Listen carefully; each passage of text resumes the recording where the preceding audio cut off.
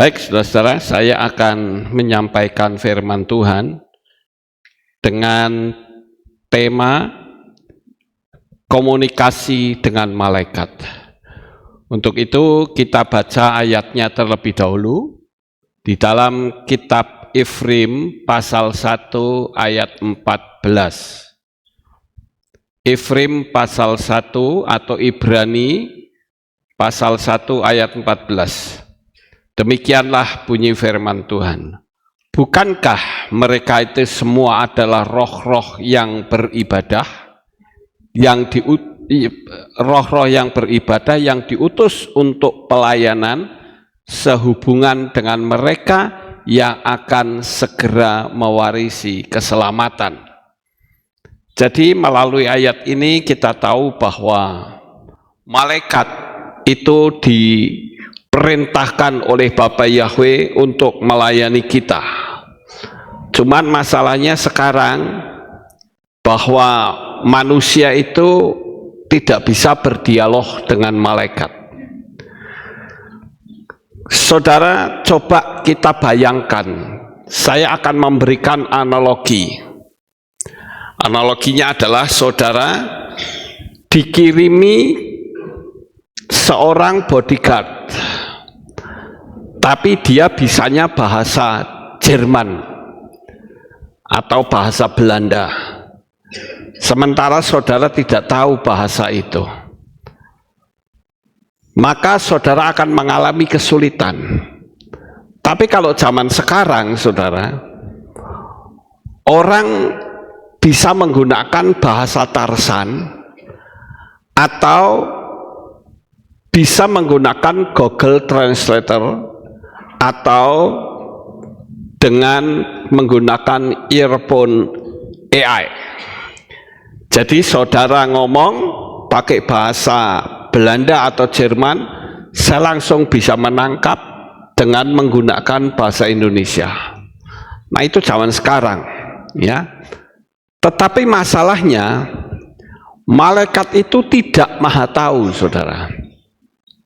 Bahkan dia hanya bisa membaca omongan itu bukan dari bahasa Tarsan, tetapi dengan vibrasi hati dan bekerja dengan sistemiknya Tuhan. Kalau kita sedang mengalami kesulitan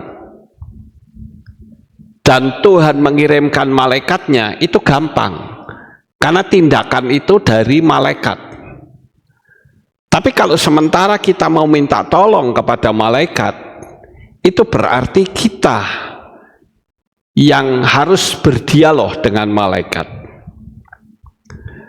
Saudara, kalau zaman dulu itu masih gampang, karena dunia ini bahasanya satu. Seperti di dalam kitab Matius 24, 37 dan 38. Dan sebagaimana Noah, demikian pula lah kedatangan anak manusia akan terjadi. Sebab sebagaimana mereka hidup pada hari-hari sebelum air bah, makan dan minum, kawin dan dikawini, sampai pada hari Noah masuk ke dalam bahtera. Kemudian kita melihat lagi di dalam kitab Beresit pasal 11 ayat 1 mengatakan bahwa seluruh bumi itu satu bahasanya, satu logatnya. Kita gampang berkomunikasi dengan bangsa-bangsa lain. Tapi untuk sekarang tidak bisa, saudara. Kita harus menggunakan alat Google Translate atau earphone AI. Nah, sekarang masalahnya kita akan berdialog dengan malaikat. Kita tahu bahwa ada peristiwa yang membuat bahasa itu terpecah-pecah, yaitu peristiwa di Babel. Sekarang kita mungkin sulit berkomunikasi dengan manusia yang lain, tetapi kalau saudara punya Google Translate akan mudah, saudara. Tapi sekarang yang kita ingin bahas adalah bukan komunikasi antara manusia dengan manusia, tetapi komunikasi kita dengan malaikat. Padahal kalau kita bisa memanfaatkan malaikat, atau mungkin lebih tepatnya menerima pelayanan malaikat, itu akan efektif sekali. Seperti kita lihat, saudara, ketika Bapa Yahweh itu datang di perkemahan di Asyur, kalau saudara membaca di dalam kitab Yesaya pasal 37 ayat 36, maka di sana dikatakan, kemudian malaikat Yahweh keluar dan membunuh 185.000 orang dalam perkemahan Asyur. Dan mereka bangun pada pagi hari, dan nampaklah mereka telah menjadi jasad yang mati. Saudara bisa bayangkan, kalau intervensinya berasal dari Tuhan itu gampang, saudara. Tapi kalau sekarang kita mau komunikasi dengan malaikat Tuhan yang juga adalah merupakan diutus untuk melayani kita, itu yang perlu kita harus perhatikan. Nah, malam hari ini, saudara, saya berpikir, di mana kita bisa mendapatkan informasi yang tepat kalau kita ingin belajar komunikasi dengan malaikat. Kita tidak bisa hanya menggunakan kitab suci kita sendiri, saudara, karena kitab suci kita itu ya datanya cuma itu saja, dan tidak pernah dijelaskan manusia itu bisa berkomunikasi dengan Tuhan secara intensif. Bagaimana manusia itu berbicara, kecuali kalau dari atas yang menghubungi kita, itu mudah. Lalu saya berpikir, untuk kita bisa mengerti dunia roh, tentunya dalam versi Ibrani, kita tidak akan lari yang namanya pengajaran dari Kabalah. Kabalah itu saya menyebutnya Ibrani atau orang Yahudi yang roh, saudara. Jadi kita harus mengerti bagaimana komunikasi dengan malaikat versi Kabalah. Nah, saya akan ceritakan bagaimana orang-orang Kabalah itu bisa berkomunikasi dengan malaikat, yang tentunya kalau kita pelajari, kita pun akan bisa berkomunikasi dengan malaikat. Nah, mari kita akan coba untuk melihat, saudara, agar supaya komunikasi ini bisa lancar. Bagaimana caranya? Dalam tradisi Kabalah atau Kabalah Yahudi, komunikasi antara manusia dan malaikat bukanlah sesuatu yang bersifat mistik bebas atau ritual sembarangan, melainkan berakar pada tatanan spiritual yang ketat dan penuh kesadaran dan kekudusan. Beda dengan manusia dengan manusia. Kalau kita melihat dalam dunia mistik, black magic saja, untuk mengundang setan itu tidak serta-merta dia datang kepada kita, kita undang. Tidak begitu, saudara. Tetapi mereka menggunakan ritual-ritual tertentu. Bagaimana kita bisa memposisikan, bisa berdialog dengan kuasa kegelapan. Nah, begitu juga jikalau kita mau mengundang malaikat-malaikat yang belum jatuh, tentunya tidak asal kita ngomong, tetapi ada ritual-ritual tertentu. Dan kita tahu, saudara, dasar dari komunikasi ini sangat penting sekali, karena kita bisa mempergunakan kekuatan malaikat. Tadi kita sudah melihat bahwa malaikat itu bisa membunuh 185.000. Itu bukan sembarangan, saudara. 185.000 itu sangat banyak, ya. Tapi dia mampu. Oleh karena itu, saya ingin agar supaya saudara paham akan hal ini, ya.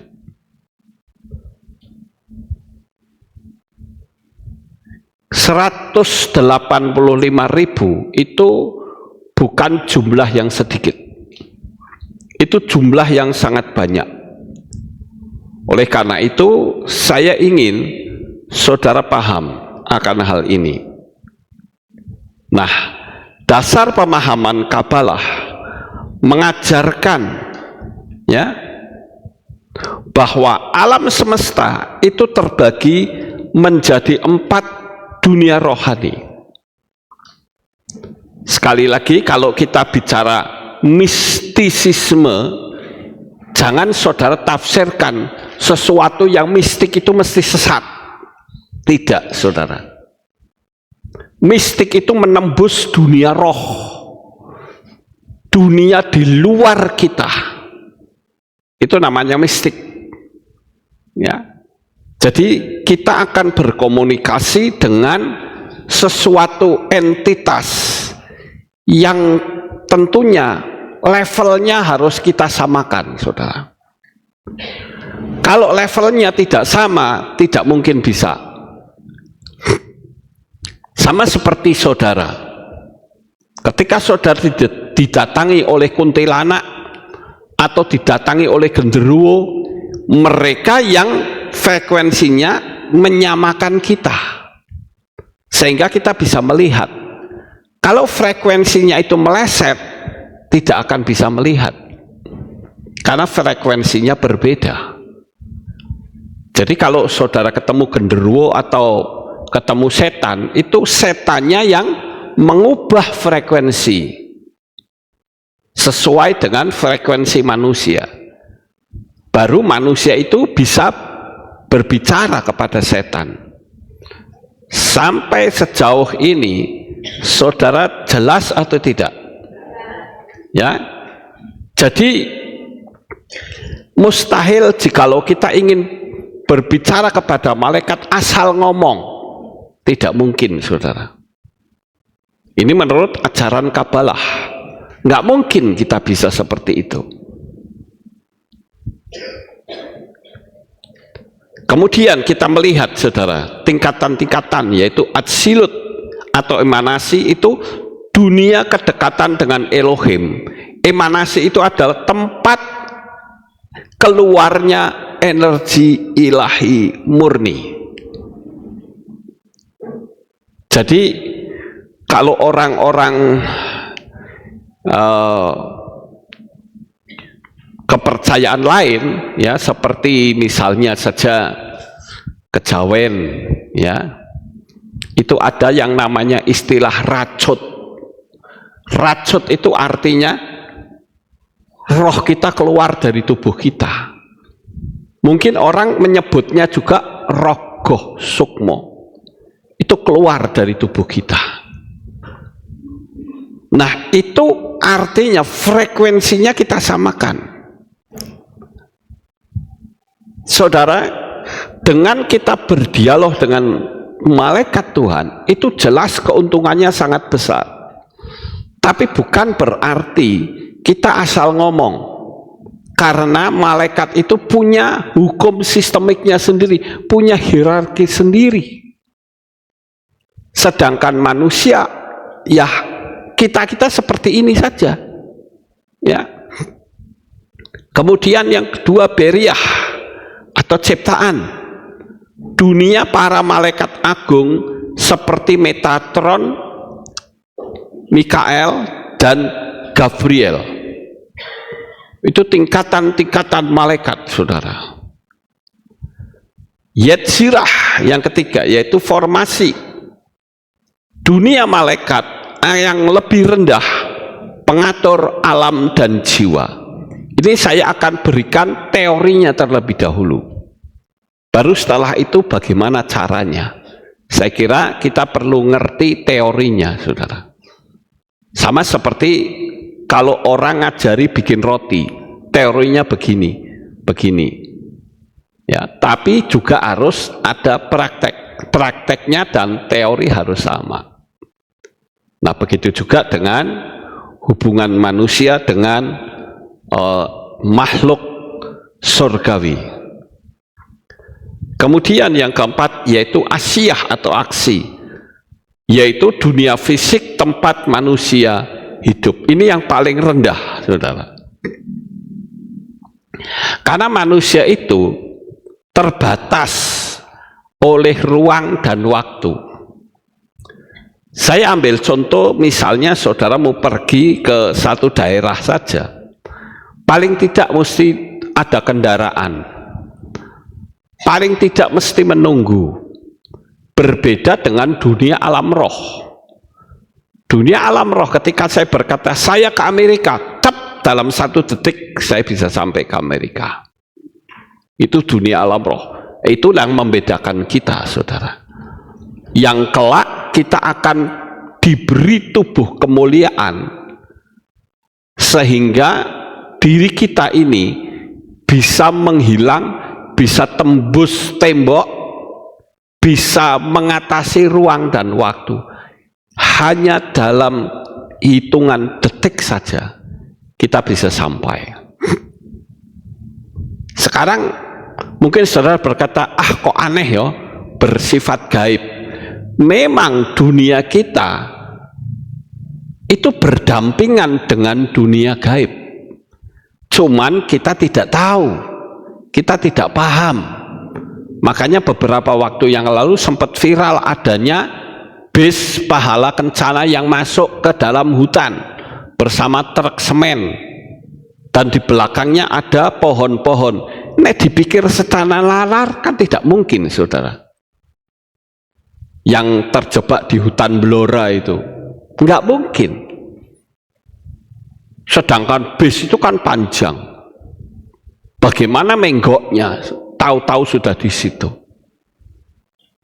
Yang di luar negeri ada tiba-tiba terowongan, dari terowongan keluar mobil. Tidak mungkin, saudara. Sesuatu yang aneh. Tapi itulah alam gaib. Suka tidak suka, percaya tidak percaya, itu memang ada. Jadi kita hidup itu sebetulnya berdampingan dengan dunia alam roh. Komunikasi dengan malaikat menurut Kabalah berarti menyelaraskan diri secara rohani agar kesadaran manusia itu dapat naik dari dunia Asiyah menuju Yetzirah, ke level yang lebih tinggi, saudara. Makanya berulang kali Yesua mengatakan, berbahagialah orang yang suci hatinya, karena dia akan melihat Elohim. Kenapa Yesua bolak-balik ngomong kayak gitu? Karena hanya dengan hati yang bersih, maka vibrasi kita itu akan kuat. Tapi kalau hati kita penuh dengan kebencian, penuh dengan dendam, tidak mungkin kita bisa menembus dunia alam roh. Oleh karena itu, Yesua berulang kali mengajarkan agar supaya kalau kita bersalah, minta ampun kepada Bapa di surga, masuk kamar, kunci pintu, minta ampun. Nanti Bapa yang di surga mengampuni, kembali netral. Kenapa mesti begitu? Sekali lagi Yesua mengajarkan kita agar supaya kita bisa punya hubungan antara dunia fisik dengan dunia roh.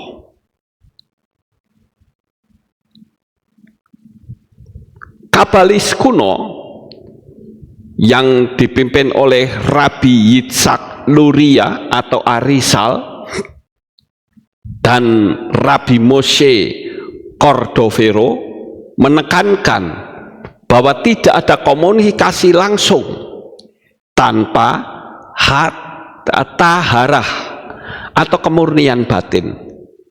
Hati yang bersih dari amarah, nafsu, dan kebencian.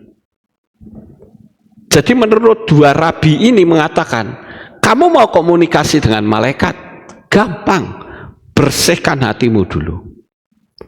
Begitu hatimu bersih, bebas dari kebencian, bebas dari kepahitan hati, maka kamu tinggal masuk ke dunia sistemiknya Tuhan, maka akan tembus langsung.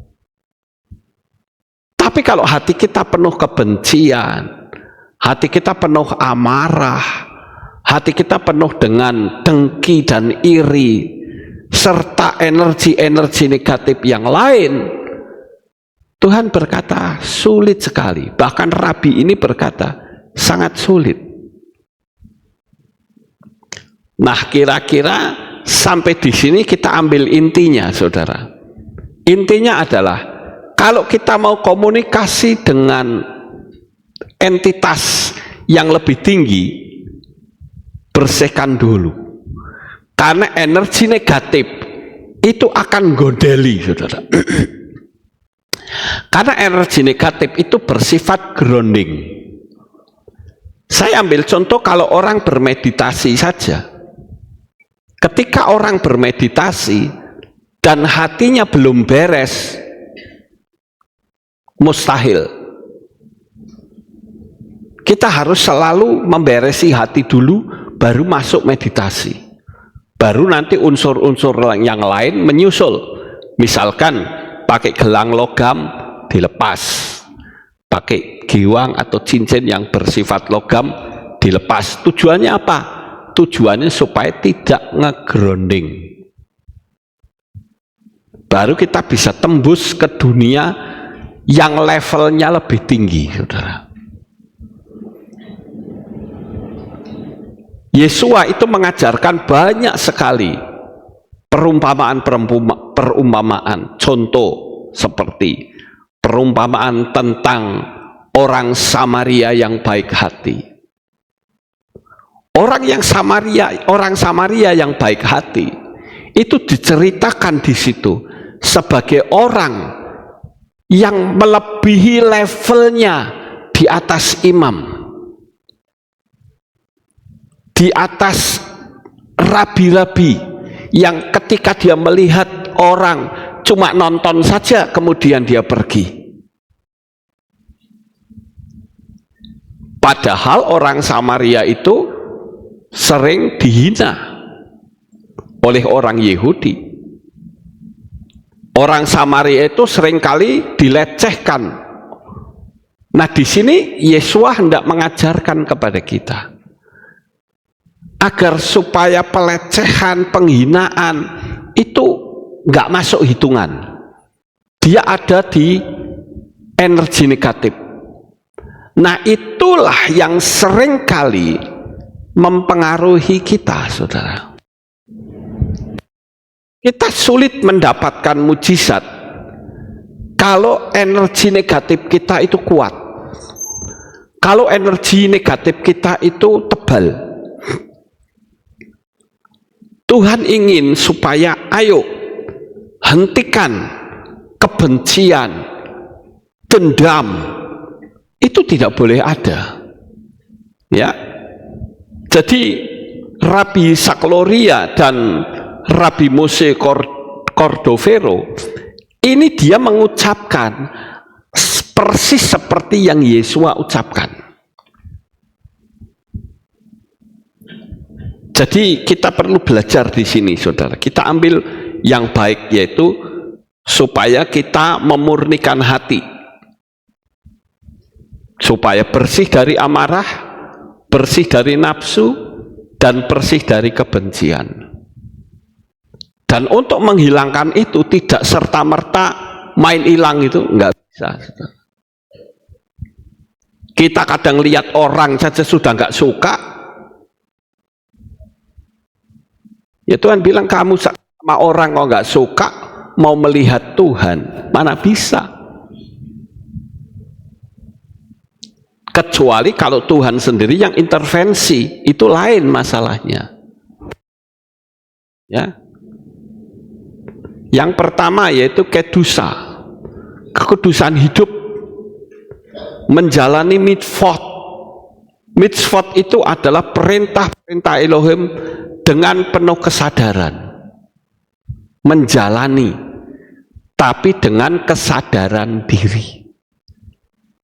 Bukan kalau diperintah baru jalan, kalau nggak diperintah nggak jalan, bukan begitu, saudara. Saya tadi pagi membaptis orang dari Timor Leste. Dia sudah berumur 12 atau 13, saya bilang boleh, ya asal benar. Nah, diajarkan orang tua, mengajarkan kepada anak, supaya anak itu punya prinsip hidup sesuai dengan kebenaran firman. Saya berkata, bagus kalau kamu ajarkan anak-anakmu untuk dekat kepada Tuhan. Yang selama ini orang itu suka mengabaikan, saudara. Terserah anak-anakku mau seperti apa, masa bodoh. Bahkan dulu pernah ada orang yang mengatakan, Pak Lukas, anak-anak saya agamanya campur-campur, nggak apa-apa, nanti kalau sudah gede ngerti sendiri. Tidak bisa.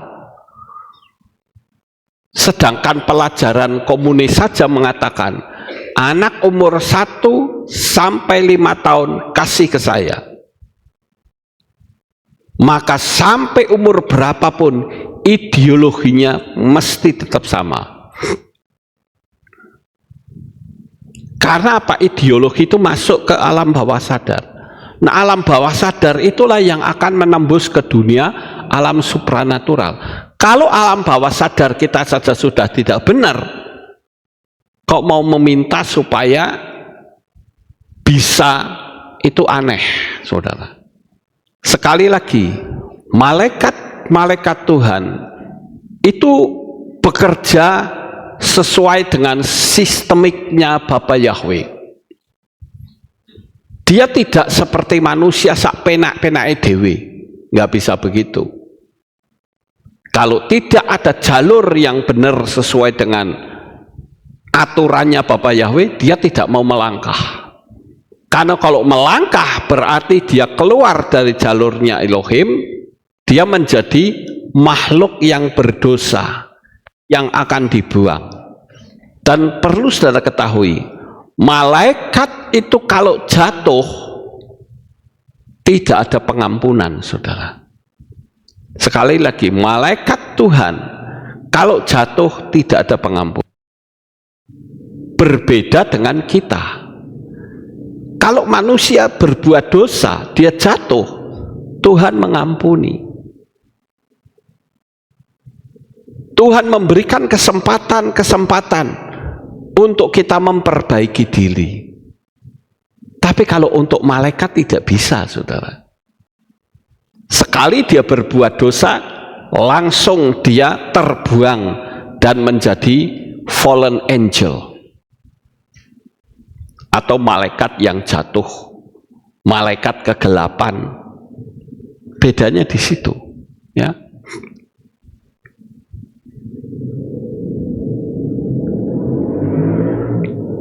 Kemudian kafanah, ya. Kafanah itu adalah niat rohani.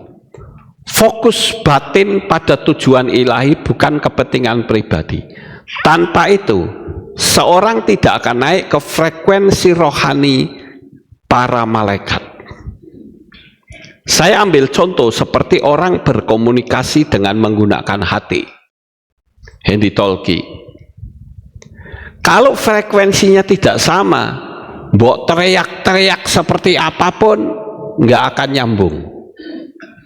Tapi kalau frekuensinya sudah sama, sekalipun berbisik, yang di luar sana ngerti. Henry Tolkien ini saya melihat ada yang jangkauannya 5 kilo, ada yang sampai 10 kilo. Kita juga punya HT, cuman nggak tahu, saya belum ngetes sejauh mana.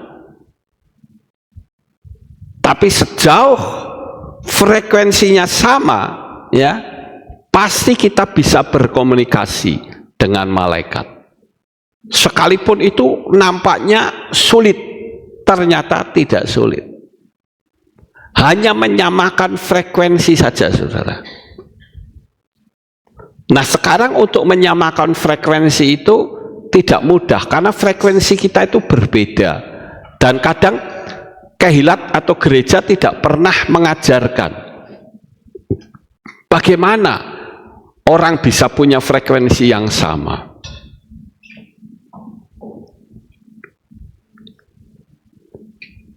Metode yang pertama yang dipakai menurut Kabalah, beberapa cara disebut dalam teks Kabalah seperti Sefer Ha-Razim, Halakot Rabati, antara lain simbol, menggunakan simbol.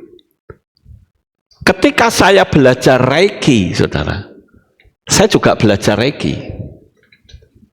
Makanya ada orang-orang Kristen yang mengatakan Reiki itu kan berurusan dengan malaikat, setan-setan kecil. Ngawur. Reiki tidak ada urusannya dengan setan. Saya dulu dapat teguran dari teman saya, Pak Lukas di mana? Oh, saya sedang ikut seminar Reiki. Hah? Pak Lukas ikut Reiki?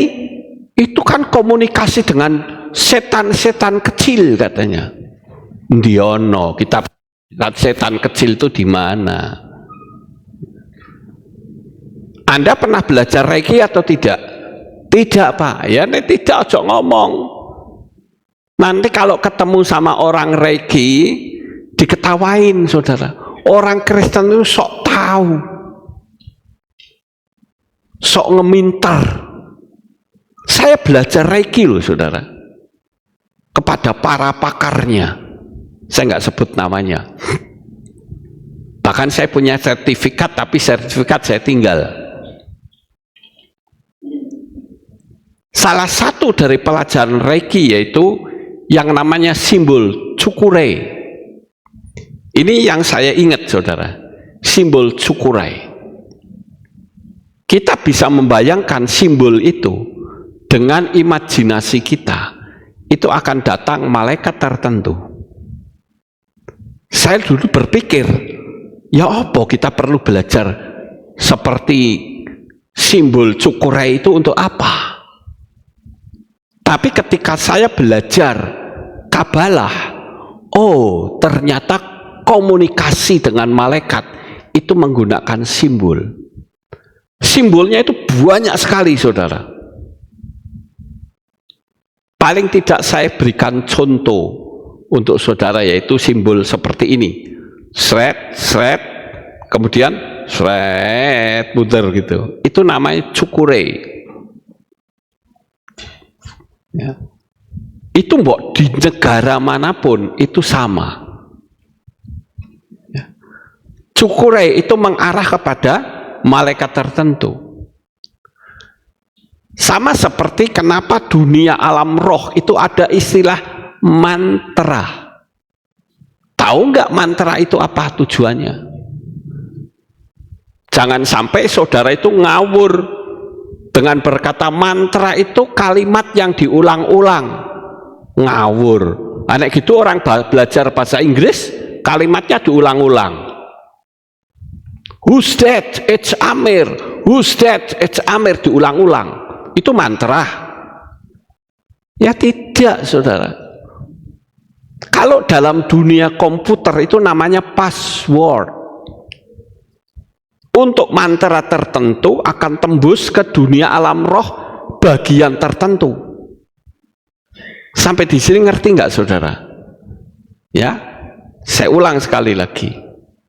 Apa yang disebut mantra? Mantra itu adalah kira-kira seperti password.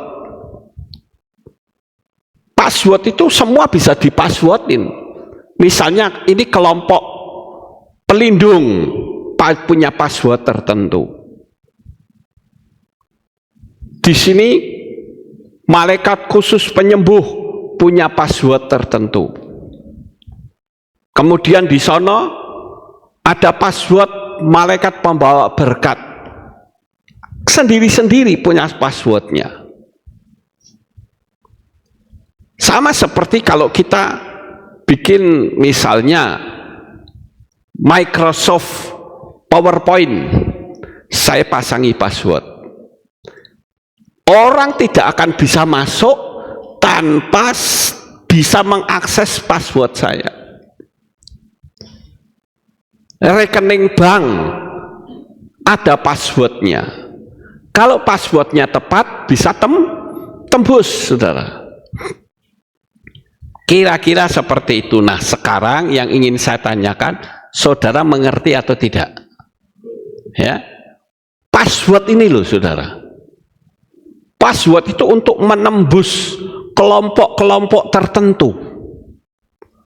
Nah, dunia luar itu nyebutnya mantra. Kalau mantranya tepat, terjadi sesuatu. Kayak film apa itu namanya? Yang apa namanya? Gua tertutup rapat, kemudian ada orang yang bilang, "Si Sam, buka." Passwordnya tepat, anunya buka. Kalau tidak salah, Alibaba, ya betul. Alibaba biasanya musuhnya Kasim, saudara. Nah, Kasim itu taunya password buka. Dia ngintik, wah itu Alibaba itu bisa masuk karena bilang, "Si Sam, buka." Dia masuk. Tapi dia tidak pernah tahu bagaimana keluarnya, saudara. Pada waktu dia berkata tiru-tiru seperti Alibaba, "Si Sam, buka." Masuk, ya nutup lagi. Lah kalau nutup lagi bukanya gimana, saudara? Aduh, piye yo? Si Sam buka, nggak buka, saudara. Karena password buka dan password menutup itu berbeda. Artinya password untuk masuk dan password untuk keluar. Sehingga diceritakan si Sam itu si Kasim, ya, Karim atau Kasim itu akhirnya mati di dalam gua. Nggak bisa keluar. Walaupun hartanya begitu banyak, makan tuh harta. Banyak orang mau makan emas, nggak bisa. Sampai di sini saudara paham atau tidak? Jadi tiap kelompok di dunia alam roh, dunia alam gaib, itu ada yang namanya password. Itu ada yang namanya mantra. Atau ucapan kata-kata tertentu. Jadi jangan salah, saudara.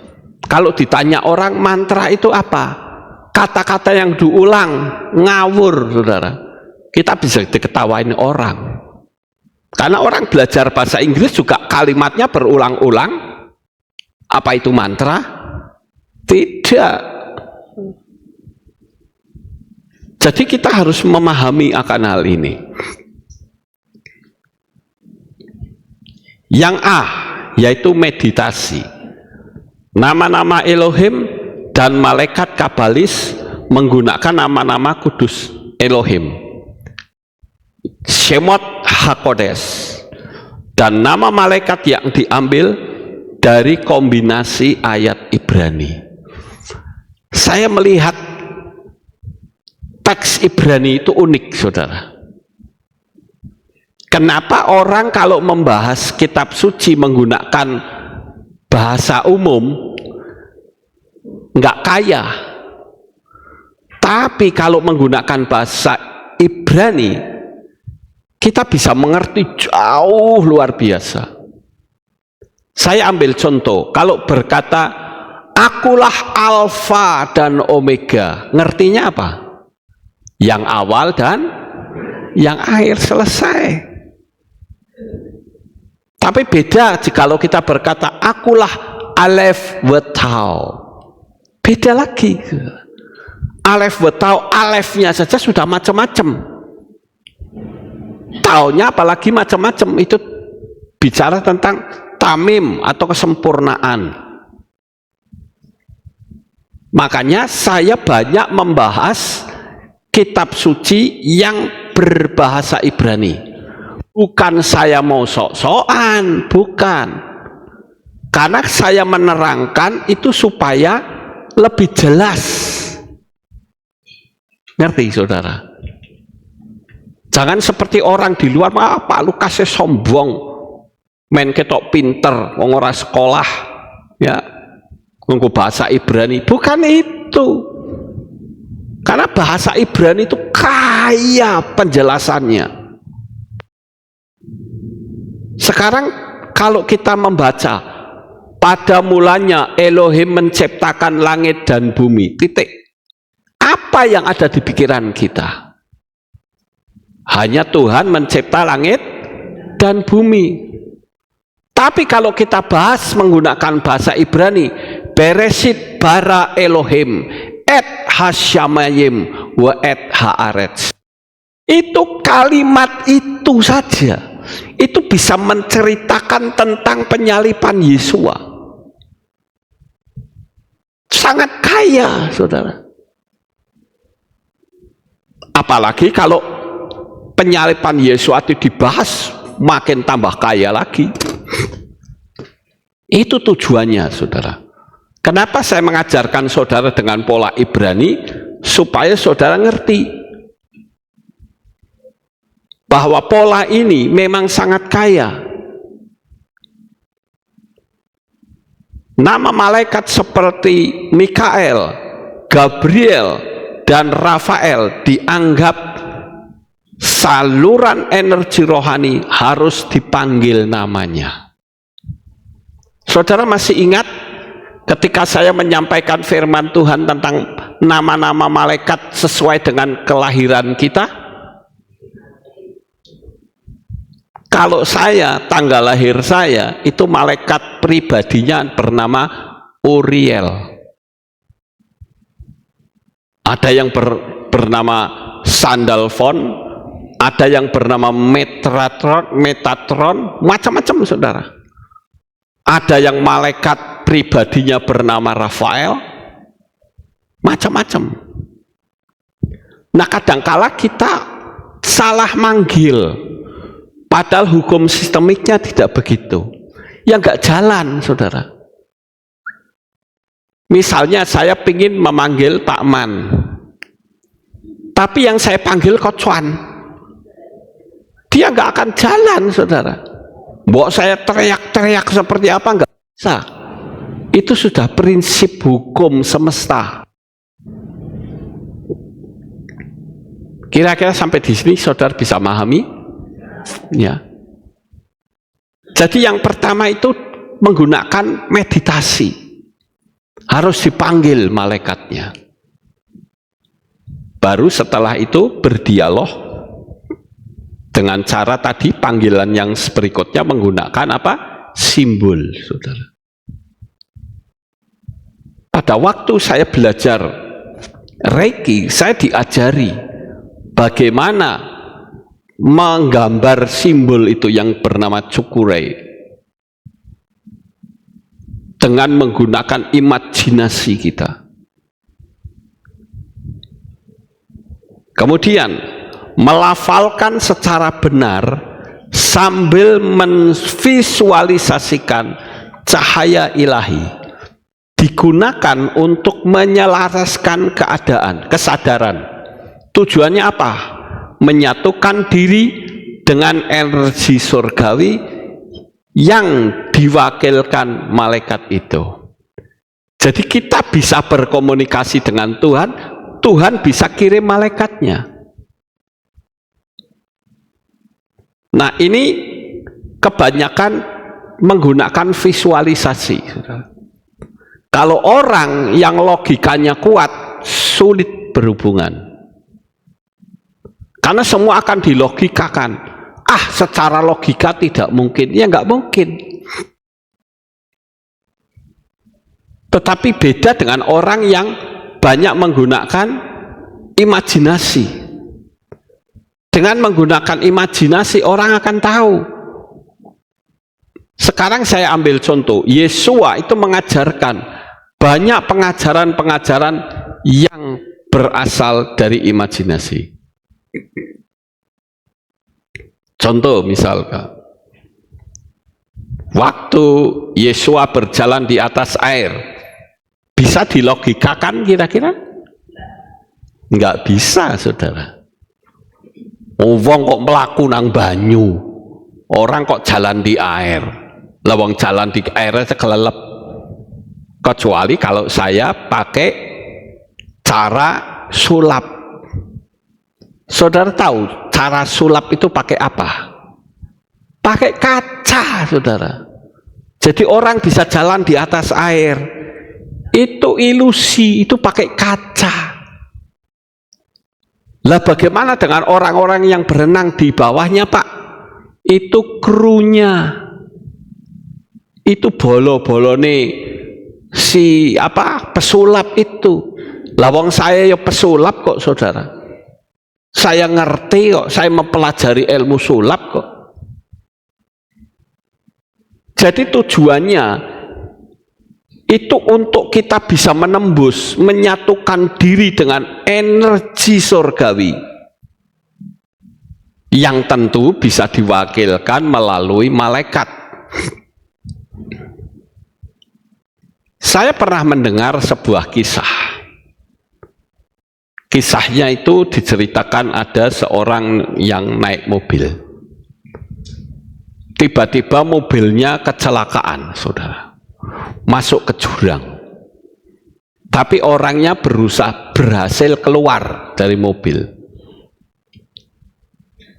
Jadi dia pada waktu masuk ke jurang, itu mobil belum sampai jatuh.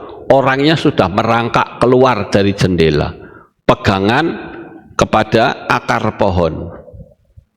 Mobilnya kemudian jatuh, meledak, bam.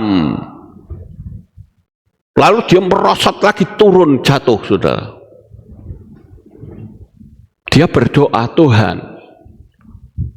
sebentar lagi saya pasti binasa. Tolong saya, Tuhan. Itu berdoa, saudara. Di tengah bahaya itu kan doa manjur, saudara. Tuhan kirimkan malaikatnya sebagai pesan dari Tuhan. Karena tempatnya gelap, tengah malam, malaikat itu berkata, kamu sudah berdoa bukan? Sekarang Tuhan suruh kamu lepaskan tangan. Wah, ngamuk-ngamuk orang ini. Lalu dilepaskan tangannya ya jeblok terjatuh ke bawah seperti mobil itu. Ya. Tuhan bilang lepaskan tangan. Tapi orang itu tidak mau melepaskan tangannya. Dia pegangan ranting terus. Dia pikir nanti kalau pagi saya akan lihat. Padahal malaikat itu berkata lepaskan tangannya dan tunggu waktu esok. Betul, saudara. Pada waktu dia pegangan ranting itu, ternyata dia ketiduran. Waktu dia bangun, wah, itu jurang tinggi sekali. Sekarang saya pengen lihat jurang yang ke bawah itu berapa dalam. Tapi alangkah terkejutnya begitu lihat bawah, ternyata tinggal 20 cm saja. Coba dia dengar suara malaikat. Ketika malaikat itu berkata, lepaskan tanganmu. Kalau lepaskan tanganmu berarti tinggal menjejakkan kaki, bukan? Tapi karena tidak percaya, ya sudah tertidur di akar pohon. Walaupun sebetulnya dia bisa bangun, bisa jalan-jalan, bisa cari air di sungai, Kira-kira seperti itu, saudara. Yang B, Tefilah dan Yihudim atau penyatuan rohani. Kabalis berdoa dengan kafah mendalam, memvisualisasikan huruf-huruf Ibrani dari nama Elohim, atau mungkin saya menyebutnya bukan nama ya, tapi julukan, menyatu dengan nama malaikat tertentu ya. Jadi modelnya itu kayak puzzle, saudara. Begitu puzzle-nya nempel, itu masih tepat ya. Tapi kan puzzle kayak gini kan banyak sekali, ada yang nggak tepat, kita harus ngerti memilihnya. Yichud antara nama Elohim Yahweh dan malaikat Mikael dalam doa perlindungan. Saat doa Shema Israel, Kabalis membayangkan cahaya turun dari Atzilut melalui malaikat ke dunia mereka. Saya ambil contoh, kita setiap ibadah pasti menyanyikan Shema Israel, bukan? Shema Israel, apa yang ada di pikiran kita? Kenapa orang-orang Kabalis selalu tutup mata? Yahweh, walaupun mereka pakai Adonai, nah kita kan Yahweh. Kenapa harus tutup seperti ini? Kenapa harus tunduk? Ternyata itu bukan sembarangan, saudara. Kalau kita bagaimana? Nggak perlu kayak gini, biasa wae, podo wae. Karena kita nggak ngerti, saudara. Kalau orang Yahudi itu pegang seperti ini, itu ada maksudnya. Kenapa saya ajarkan? Ayo kalau Shema Israel begini, saudara, tutup, mukanya ditutup. Walaupun kalau saya tanya ke orang-orang seperti tour leader yang orang Yahudi, mereka selalu mengatakan just concentration. Tapi bagi orang Kabalis itu bukan untuk sekedar konsentrasi, tetapi sambil dia begini, dia bayangkan cahaya kemuliaan Tuhan turun atas mereka. Sampai di sini saudara paham? Ya.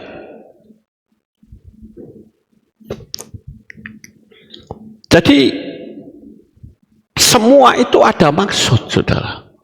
Kenapa orang ibadah harus pakai talit atau pakai kerudung? Kenapa di rumah-rumah kok ada mezuzah?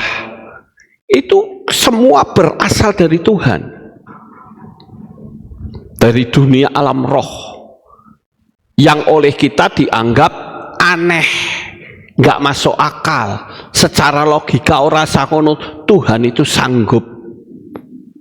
Sama seperti kalau saya mengatakan bangsa Israel atau tentara Israel harus mengelilingi tembok Yeriko 13 kali. Kenapa tidak dirobohkan aja? Tuhan itu kan maha kuasa. Kenapa tidak harus dirobohkan? Karena dia mengikuti aturan yang dia bikin sendiri, yang disebut dengan hukum sistemiknya sendiri. Bahkan saya mengajar LOA, banyak orang yang menghina saya.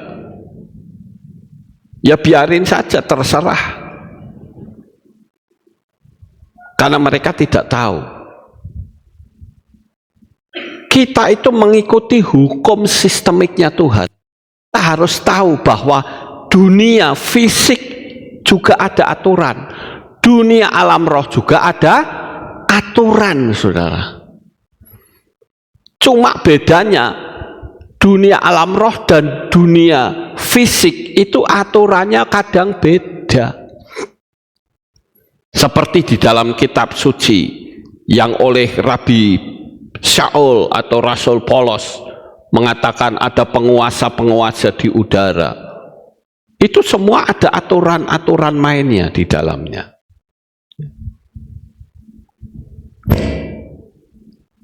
C. Penggunakan simbol yang tadi saya mengatakan bahwa simbol kayak seperti ini atau simbol cukurai itu kita buat pakai bayangan.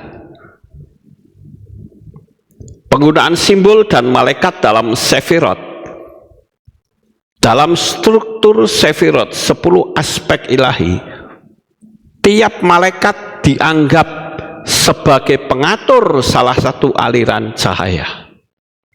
Saya pernah mengajarkan kepada saudara secara kulitnya saja, yaitu tentang Sefirot, Tree of Life, pohon kehidupan, ya. Nah itu semua ada aturan-aturan main, itu kan secara garis besar saja. Tapi kalau secara detailnya akan rumit, saudara. Tapi saya ambil coro gampangannya saja, yaitu kita mengundang malaikat tertentu dengan simbol tertentu. Ada banyak simbol, saudara, yang cuman tadi saya kasih satu, yaitu tentang cukurai, hanya itu saja. Tapi simbol-simbol lain banyak sekali. Cuman bedanya kita bisa hafal atau tidak simbolnya itu. Kalau simbol cukurai kan gampang, seret, sudah. Tuh. Ada simbol lain, kayak kita itu ngapal ke huruf Cina, ya, menghafal huruf Cina, itu kan bentuknya simbol-simbol, saudara. Nah ini ada sefirah, ada malaikat utama dan fungsi. Chesed itu kasih, malaikat utamanya Mikael, dan fungsinya adalah kasih dan perlindungan. Ini pun kalau dijabarkan akan sangat panjang. Kemudian Gefurah atau keadilan, itu malaikatnya Gabriel, yang selanjutnya itu kekuatan dan penegakan hukum. Makanya saya berkata, ojo saingan sama malaikat Gabriel, malaikat pembawa berita. Bahkan kita lebih cepat daripada malaikat Gabriel. Malaikat Gabriel itu lambat. Tapi kalau kita saingan sama malaikat, kita lebih pintar, saudara. Kamu tahu nggak? Ini begini.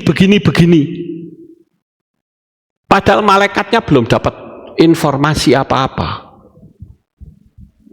Kita disebut sebagai malaikat maha tahu, atau disebut malaikat telepon gendong. Malaikat telepon gendong ini yang membuat perpecahan di mana-mana, saudara.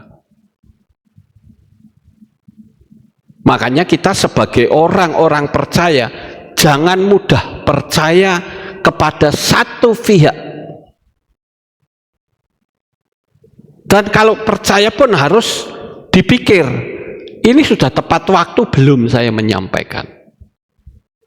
Kalau sudah, boleh disaring lagi. Ini kira-kira bermanfaat buat saya atau tidak? Oh, enggak bermanfaat, orang usah diomongke.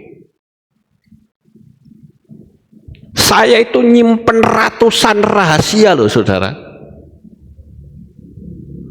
Apakah saya bocor? Tidak. Pantang saya membocorkan rahasia orang. Karena di samping saya akan menimbulkan gap atau jurang pemisah, saya akan disebut saingan malaikat Gabriel. Saya disebut malaikat telepon gendong atau malaikat tombak cucuan atau malaikat lambe turah, lambinik turah ombo, saudara. Kita belajar apa sebabnya kekacauan terjadi. Karena adanya penghasut. Nah, orang yang menghasut satu dengan yang lain kacau bener. Apa sebabnya? saya pernah mendengar sebuah ilustrasi cerita. Ilustrasi cerita itu adalah sekelompok kerbau liar. Kerbau liar itu selalu bareng-bareng. Kemudian ada satu serigala. Bagaimana cara mengalahkan kerbau liar ini? Ini sebuah ilustrasi, saudara. Dia bingung, setiap kali mau menyerang, mereka gerombolan ngelompok. Wah, enggak bisa cara begini. Lalu serigala ini punya pemikiran, aku punya ide. Idenya yaitu roh pemecah belah. Dia ceritakan, kamu tahu nggak, si A itu begini-begini. Akhirnya kelompok kerbau liar itu saling mencurigai, bertengkar sendiri, seruduk-serudukan sendiri. Dan disitulah kesempatan serigala menyusup masuk dan menghancurkan mereka. Nah, oleh karena itu kita belajar jangan jadi saingan malaikat Gabriel. Kemudian Tiferet atau kemuliaan, malaikat utamanya adalah Rafael, fungsinya adalah penyembuhan. Mungkin saudara pernah bertanya di dalam hati, kenapa ya orang-orang Kristen mereka pakai nama yang salah, kok bisa terjadi kesembuhan? Padahal menurut aturan kan harusnya menggunakan nama Yahweh. Kenapa bisa sembuh? Karena unsur kelompok malaikat penyembuh. Tidak harus menggunakan nama. Tidak perlu pakai nama Yahweh, tidak perlu pakai nama Yesus, tidak perlu pakai nama Allah. Saya berulang kali cerita, kenapa ada orang yang sulit jalan, tapi saking takutnya bisa lari dan lompat pagar 3 meter. Bagaimana bisa seperti itu? Coba saudara bayangkan, ada orang yang jalannya gini. Saya melihat saudara, orang yang jalannya seperti itu, yaitu orang kena stroke yang tidak sembuh, yang cuman jalannya bisanya begini. Tapi kenapa dia bisa lari dengan cepat? Karena dia rasa takut, energi murni itu keluar, sehingga dia malah jadi sembuh. Dia bisa lompat pagar tinggi dengan 3 meter. Kenapa seperti itu, saudara? Tidak perlu pakai nama, karena pada hakikatnya manusia itu punya energi tenaga inti. Cuman tenaga inti manusia itu masih terbelenggu. Nah, kenapa kita perlu belajar kayak Reiki, perlu belajar meditasi? Tujuannya apa? Untuk melepaskan diri dari ikatan, supaya tujuan kita itu melepaskan energi inti kita bisa bekerja. Itu pun hambatannya banyak, saudara. Tidak serta-merta meditasi kemudian jadi, tidak begitu. Tapi harus latihan, ya.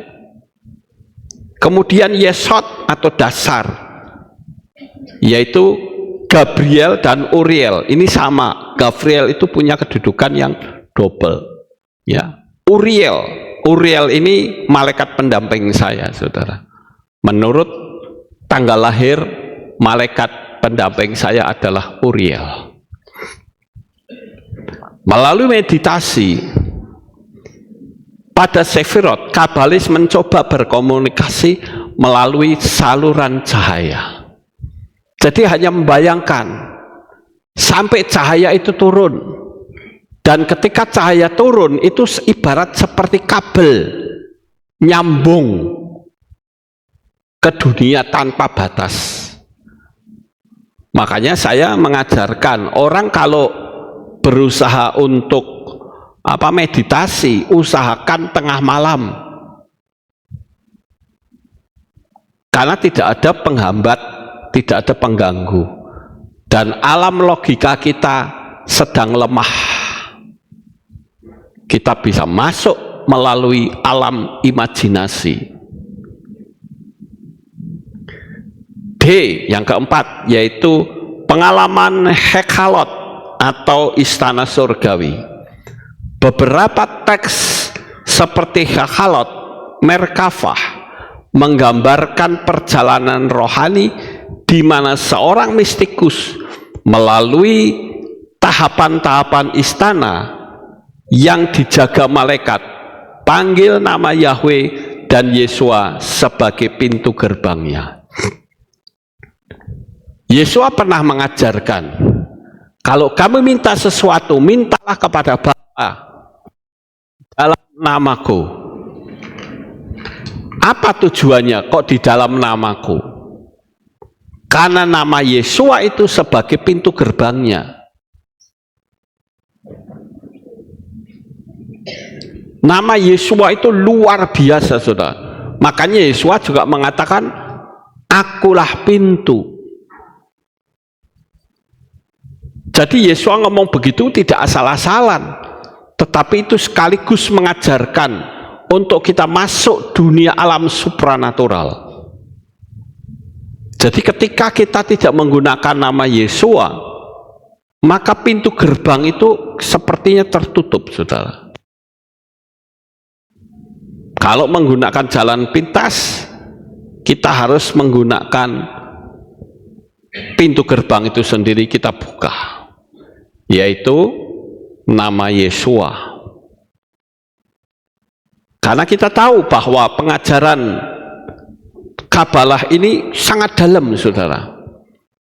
Dia banyak menyinggung dunia alam roh. Makanya saya senang, terlepas dari orang menganggap sesat, masa bodoh, ya. Tapi saya menyukai pengajaran itu karena itu menembus dunia alam roh. Sama seperti saya sebelum bertobat, saya berurusan dunia alam roh. Waktu bertobat saya masih kebingungan, apakah saya bisa masuk dunia alam roh. Tapi ketika semakin lama, semakin dalam, saya menemukan Kabalah, saya bisa mendapatkan kembali dunia alam roh. Dan Kabalah itu dua macam, saudara. Ada Kabalah yang sesat, ada Kabalah yang benar. Jangan salah. Kabalah yang sesat itu pasti menyembahnya bukan kepada Tuhan, tetapi kepada setan. Berbeda dengan Kabalah yang jalurnya Bapak Yahweh, walaupun mereka nyebutnya Adonai, itu terserah mereka. Tapi kalau saya menyebutnya Yahweh di dalam Yesua. Tapi toh orang Kabalah sendiri kalau kita ngomong Yahweh, mereka amin, mengaminkan. Mereka tidak berkata don't call him Yahweh, enggak begitu. Kita tidak dengar suara seperti itu, malah amin. Cuman mereka takut komunitas, itu loh, saudara. Sama seperti orang Kristen pada masa kini, nama Yahweh percaya nggak percaya, tapi berani sebut nggak berani. Mereka masih nikmat dengan nama lama. Tapi kalau kita, apa yang ditakutkan, kita panggil Yahweh, ayo. Nggak pernah ada orang yang panggil Yahweh dibunuh. Nggak pernah ada orang panggil Yahweh dianiaya. Kenapa mesti kita takut? Bahkan saya menyanyikan lagu Tel Nesama di Israel, nggak ada, bahkan orang Yahudi syuting. Padahal pendeta-pendeta Indonesia mengatakan, itu Pak Lukas itu beraninya ngomong Yahweh di Indonesia, jajal ngomong Yahweh di Israel, kalau nggak ditangkap mana? Mereka tidak menangkap saya, mereka malah mengaminkan, cuman takut komunitas saja. Ya. Tujuannya bukan berinteraksi sosial dengan malaikat, tetapi mengalami hadirat sekinah atau mengalami hadirat Elohim. Ini yang terpenting, saudara. Kalau kita itu mengalami hadirat Tuhan, otomatis kita akan merasakan bagaimana Tuhan akan memberkati kita, memberikan kemampuan kita. Saya terus terang saja, pada waktu saya kena stroke, saya sudah ketakutan luar biasa. Saya berkata, Tuhan, jangan sampai memori saya hilang. Dan saya bersyukur melalui doa banyak orang, memori saya tidak hilang sama sekali. Dan saya masih bisa khotbah. Suara saya yang tadinya pelo juga sudah pulih kembali. Ini karena apa, saudara? Karena ada kemuliaan Tuhan yang memungkinkan saya bisa seperti itu. Karena banyak teman-teman saya yang juga mengalami stroke, mereka hanya bisa terbaring, mereka tidak bisa ngomong, mereka tidak bisa khotbah lagi. Sekarang yang 4, tujuan komunikasi dalam pandangan Kabalah sejati, malaikat tidak disembah. Nah, ini perlu saudara ketahui, ya, mereka itu hanya kurir atau pembawa cahaya dari Bapa Yahweh. Malaikat itu bukan untuk disembah, dan dia menolak penyembahan kita. Karena kadangkala kita ketemu dengan entitas yang dahsyat, saking takutnya kita menyembah, itu salah. Seorang kabalis, dia sudah mewarning kita, kalau saudara sudah masuk ke dunia alam roh, jangan sekali-kali menyembah malaikat, kecuali itu Bapa Yahweh sendiri.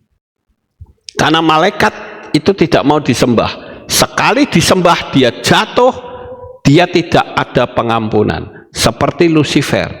Lucifer ingin disembah, dan Lucifer itu bukan nama, tapi segerombolan malaikat cahaya.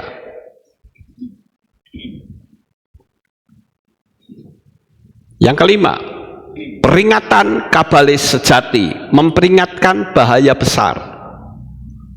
Nah, ini kabalis juga memperingatkan kita, saudara. Barang siapa mencoba berbicara dengan malaikat tanpa kesucian hati, maka roh-roh palsu akan datang sebagai penipu. Tanpa kekudusan, seseorang tidak akan berjumpa malaikat sejati, melainkan hanya ilusi atau roh menyesatkan. Ingat bahwa dunia alam roh itu banyak oknum, saudara. Oknum yang bisa menyesatkan manusia. Kalau saya kasih tips kepada saudara, misalnya supaya kita tahu malaikat itu menyesatkan atau tidak, ngerti firman Tuhan, baca firman Tuhan. Kalau dia tidak sesuai dengan firman Tuhan, berarti yang mendatangi saudara itu bukan malaikat sejati, tetapi malaikat-malaikat palsu, roh-roh setan, malaikat-malaikat yang sudah jatuh. Makanya kabalis memperingatkan kita agar hati-hati. Kalau kita mau berkomunikasi dengan dia, bersihkan hati dulu. Kesimpulan, komunikasi dengan malaikat versi Kabalah bukan seperti ritual memanggil makhluk gaib, tetapi proses penyucian diri, peningkatan kesadaran, dan penyelarasan roh manusia dengan tatanan surgawi, sehingga seseorang dapat merasakan bimbingan malaikat secara batin dalam cahaya Elohim. Sekali lagi, ini perbedaan antara memanggil setan, walaupun sama-sama pakai ritual, tapi jelas berbeda. Ritual memanggil malaikat dan ritual memanggil setan itu berbeda. Tetapi yang jelas, kalau kita mau membersihkan hati kita, menjauhkan diri dari kepahitan hati, dendam, amarah, kebencian, dan segala macam, maka kita akan dengan mudah untuk tembus ke malaikat itu. Biasanya orang bisa berkomunikasi dengan malaikat untuk tujuan tertentu, yaitu mendapatkan pelayanan surgawi. Oleh karena itu, saudara, kalau kita ingin supaya kita mendapatkan pelayanan dari makhluk surgawi, jalan satu-satunya sekali lagi, bersihkan diri saudara sesuai dengan firman Tuhan, dan yakinlah saudara bisa komunikasi bukan cuman dengan malaikat, tetapi dengan Roh Kudus yang selalu menopang saya. Amin. Buat firman Tuhan, sukses besar untuk saudara.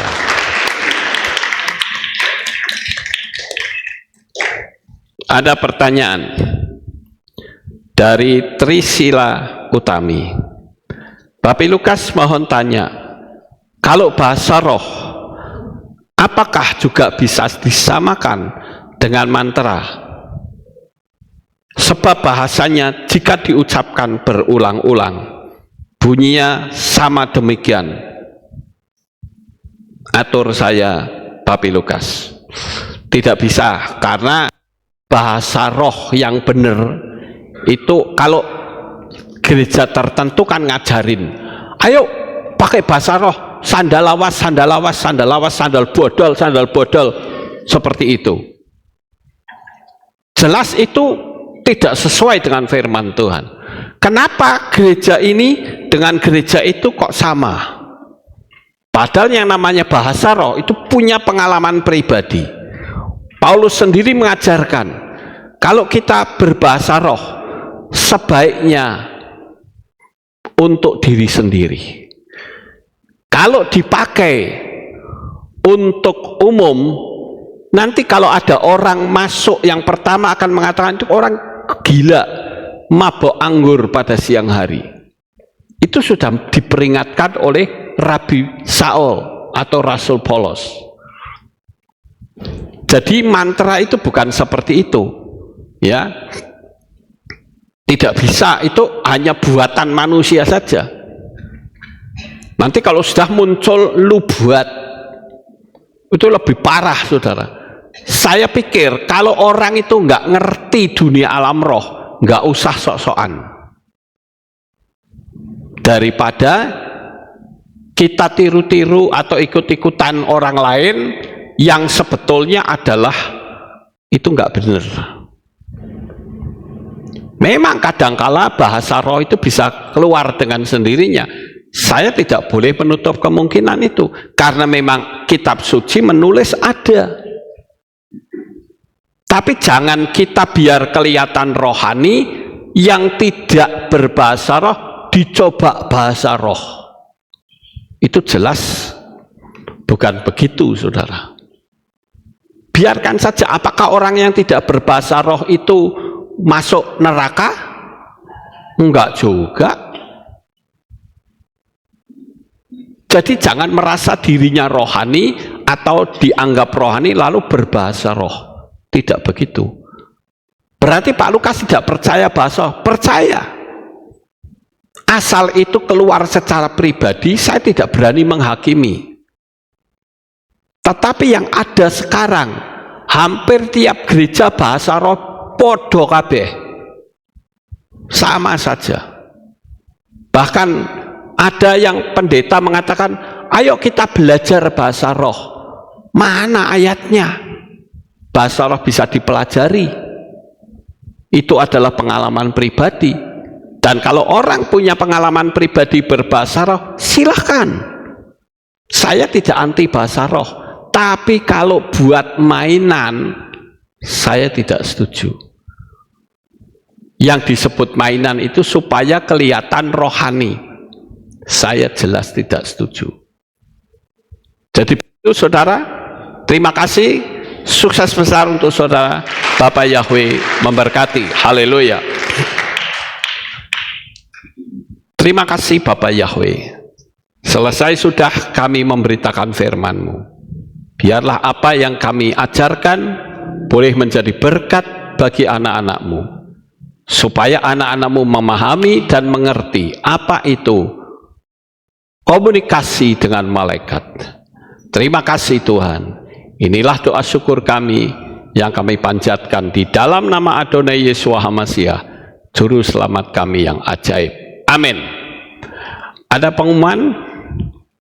Oh, tidak ada pengumuman, kita akan akhiri kebaktian kita, saudara. Mari kita bangkit berdiri, kita tutup dalam doa. Terima kasih Bapak Yahweh. Selesai sudah ibadah kami dari awal, pertengahan, sampai akhirnya. Sebentar lagi jemaat-Mu akan pulang ke rumah mereka masing-masing. Jaga lindungi peliharakan mereka sampai di rumah dengan selamat. Pertemukan kembali pada jam-jam ibadah mendatang di dalam ikatan tali kasih-Mu. Terima kasih Bapak Yahweh. Inilah doa syukur yang kami naikkan kepadamu. Di dalam nama Adonai Yeshua HaMashiach kami berdoa. Mari kita angkat tangan kita dan kita akan menerima berkat Kohanim. Yefare keka Yahweh wa yismereka.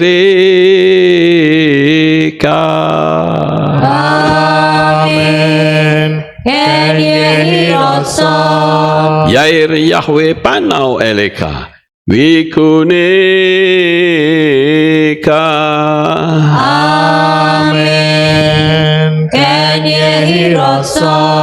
Yesa Yahweh panau eleka. We Hashem lecha shalom. Amen. Ken yehi rasa. Baruk atapair ufaruk atapesateh, diberkatilah engkau di kota dan diberkatilah engkau di ladang. Amen. Baruk peripitika ufri atmatka ufri vmtk shikar ala pkw estorojeneka, diberkatilah buah kandunganmu, diberkati hasil bumimu, hasil ternakmu, anak-anak lembumu dan anak-anak dombamu. Amen. Baruk tan aka umi sarteka, diberkatilah bakulmu dan tempat adonanmu. Amen. Baruk atapoboika ufaruk atapeseteka, diberkatilah engkau pada waktu masuk dan diberkatilah engkau pada waktu keluar. Amen. Baruk ata Yahweh Eloheinu meleka olam, Besem Yeshua HaMashiach Waruach HaKodes. Kile olam faed, kami sudah berdoa dan mengucap syukur. Amin. Amin.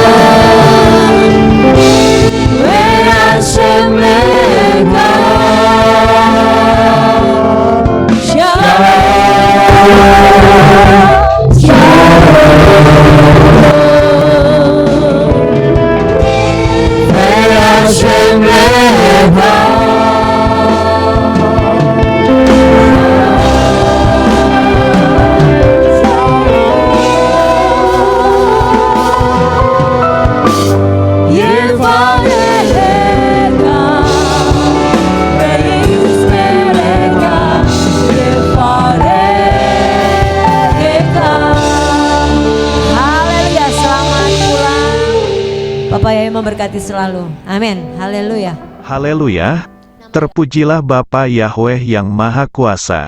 Terima kasih atas kehadiran Bapak Ibu Saudara sekalian dalam ibadah bersama kami di Kehilat Alef Tau Magelang.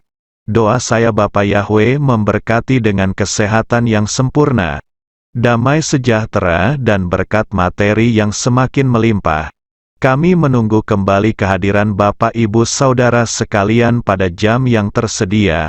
Hari Sabat jam 5 pagi, hari Minggu jam 6 pagi, hari Rabu jam 6 sore.